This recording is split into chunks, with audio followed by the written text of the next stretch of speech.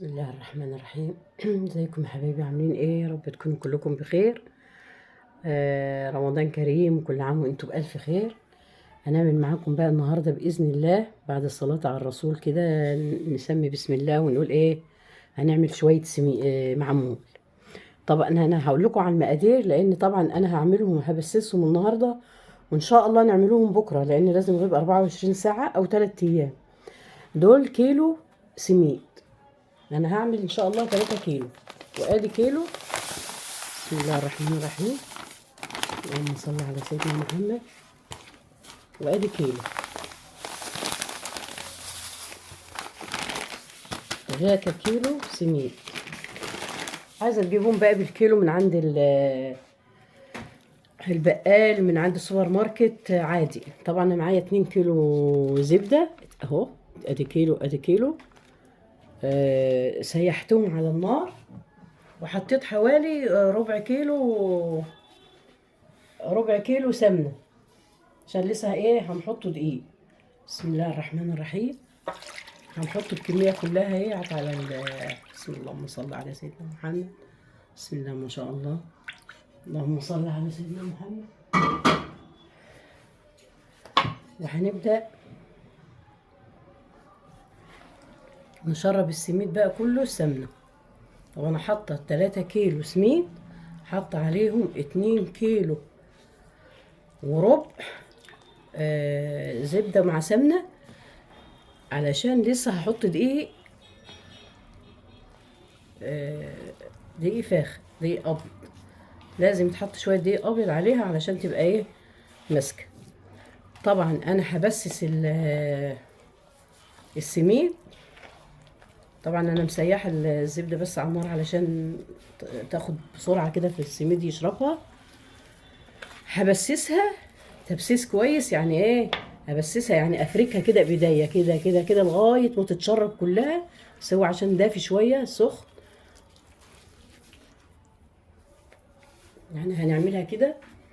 بسم الله الرحمن الرحيم. نعمل كده. لازم تبسسي كلها، تبسسيها كده. هنبسسها وهسيبها بقى لبكره باذن الله، وان شاء الله بكره ارجع نشوف هنعمله ايه. انا بسستها خلاص اهيت ماشي. فانا هسيبها بقى لغايه بكره. بنعملها ليه كده؟ عشان ايه؟ حبه السميد تفتح كده وتتشرب السمنه وتبقى طريه، ما تبقاش بتقرش وناشفه تحت السنان. طب احنا معانا برضو شويه حاجات هنحضروهم عشان لو حد عايز يحضر الحاجه. هنعوزه طبعا. اذا في عندك شويه مكسرات، ما عندكيش ما فيش مشكله. شويه بلح، تمر متنضف، تكوني محضره التمر. انا شاريه الصراحه جاهز. وهنعوز ايه؟ سكر بودره. انا جايبه التمر ده جاهز من السوبر ماركت. هنعوز تمر وميه زهر وخميره، واللهم صل على سيدنا محمد. ولو عايزه بقى تضيفي شويه قرفه صغيرين، بهارات الكحك، براحتك. وهنعوز طبعا دقيق ابيض، واللهم صل على سيدنا محمد. وميه الزهر دي شيء ضروري برضو علشان بتدي ريحه حلوه قوي للمعمول. وقوالب المعمول، او لو ما عندكيش قوالب ممكن تعمليها بالمنقاش عادي. بكره ان شاء الله اشوف نعمله ايه باذن الله. ورجعت لكم بقى بعد 24 ساعة. ادي زودت عليه ادي كيلو دقيق. ده كيلو دقيق، وده كيلو كمان، يبقى 2 كيلو. يبقى 3 كيلو سميد انا حاطه عليهم 2 كيلو دقيق. دي طريقتي انا بقى. اي حد تاني بيعمل مثلا 3 كوبايات سميد بيعمل عليهم كوباية واحدة بس دقيق. فانا عاملة الكيلو ونص سميد حاطه عليه كيلو، عشان يبقى يعني ايه مش محبب جامد. انا معايا هنا كوبايتين سكر بودرة، كل كيلو ونص عليه كوباية. طبعا انا هفكهم خالص كده.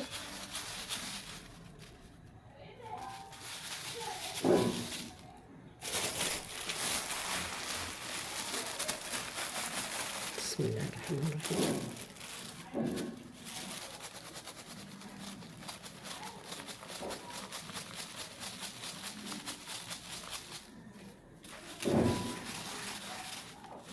هطحنهم وارجع لكم. خلاص كده هبسسهم بقى كده تاني مع بعض.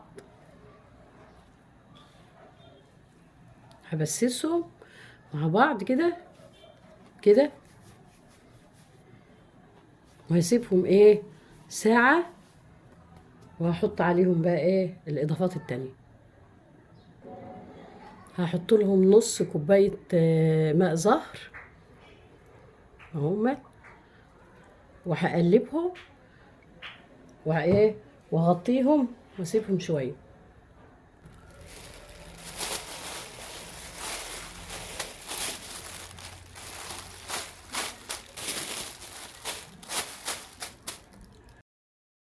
ورجعنا لكم بقى بعد ايه حوالي ساعتين. طبعا ذرة ملح شيء اساسي في اي حلويات او اي معمول او اي حاجة.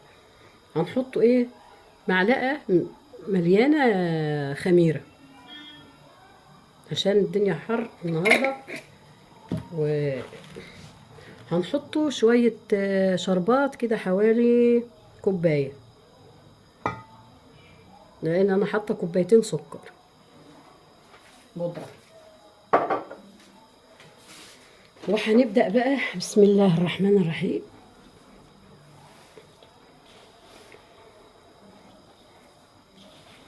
طبعا عشان افكركم بالمقادير، دول 3 كيلو سميد و2 كيلو دقيق. هنحط بقى كده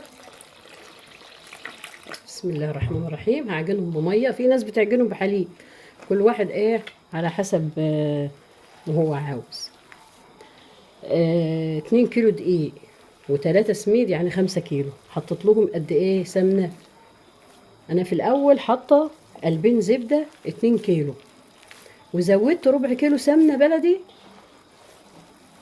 على العجينه عشان ما تبقاش ناعمه جامد، لان السميد طبعا غير الدقيق، ما يبقى دقيق بس غير ما يبقى ايه سميد ودقيق. فانتوا عايزين تزودوا تخليه ناعم جامد، يعني انا مزوده ربع كيلو ورديت حطيت معلقه. ومتحطوش ميه كتير، يعني يا دوب كوبايه بكوبايه كده لغايه ما تشوفي العجينه في ايدك شكلها ايه.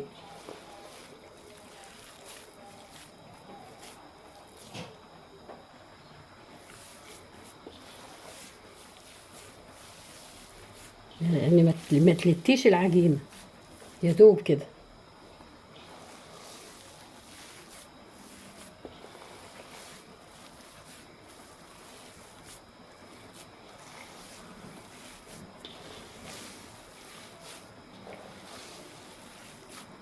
خلاص ان شاء الله.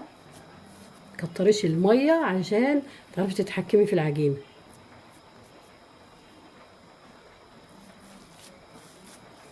خصوصا بقى ان هي ايه، ان احنا حاطين فيها سكر وحاطين فيها. هنغطيها بقى باكياس بلاستيك كده عشان العجينه ما تنشفش منك، وتاخدي على قد ما هتعملي. وهوريكم دلوقتي القوالب بتاعه المعمول والحاجه بتاعتها كلها. بسم الله الرحمن الرحيم. وادي يا حبايبي العجوه ما شاء الله اهي، حط عليها سمنه طبعا. تعمليها كده، ممكن بقى تفتحيها كده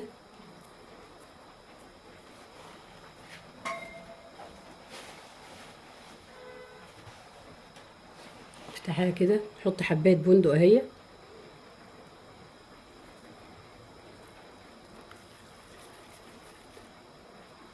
تاخدي بقى العجينه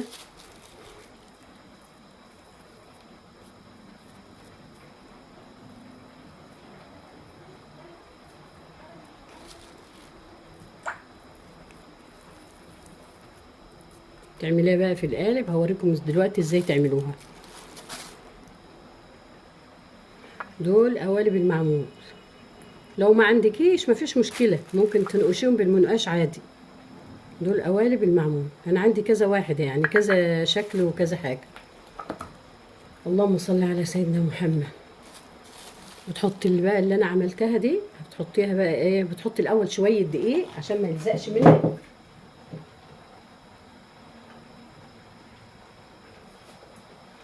تحطي شويه دقيق كده، تعملي كده،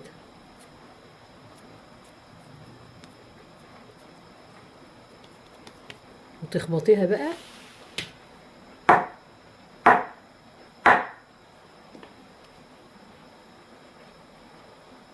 انا هعمل واحده تانية واوريكم انا عملت ايه. وفي برضو دول بلاستيك برضو جمال قوي يعني في العمل. هنجرب واحده هي قدامكم، تك عليها كده، ومحتاجه برضو حته كده هنا. نجيب بقى حته قماشه زي دي كده نضيفه، عشان ايه ما تعملش بس صوت. بصي جميله ازاي، نرصها بقى في الصاج. طبعا عشان ما تمسكش في العجينه، يفضل يعني ان انت ايه تعمليها كده، عشان طبعا فيها. هنعملها كده بشويه دقيق اهي، ونفرطها نفرطها كده، لان طبعا فيها سكر وفيها. ناخد حته العجوه زي ما انت شايفه كده. نعمل بقى ايه، نحط بقى ايه حته جوز كده فيها اهي.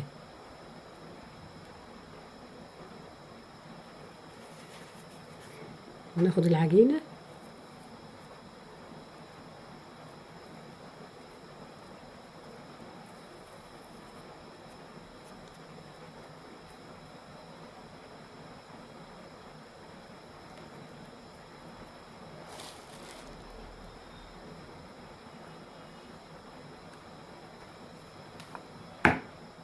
اهي. نزلت ايه بمنتهى السهوله. هنرصهم بقى جنب بعض، وهنعمل فيه اشكال تانية. بس كل صاج تعمليه شكل، يعني مثلا انا عملت هعمل الصاج ده كله كده، وبعد كده هعمل اشكال تانية هوريها لكم. ممكن نحط الطريقة اسهل، نحط كيس عشان ما يلزقش. بعد ما نحشي كده،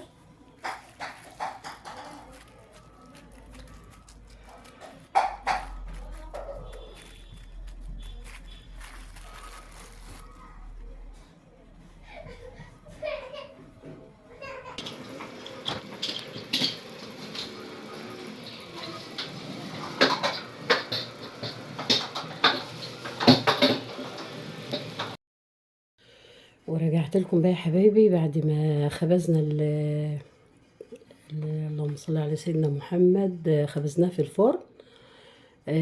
بسم الله ما شاء الله، طالع بقى ايه جميل. شوفي بالهوا، شوفي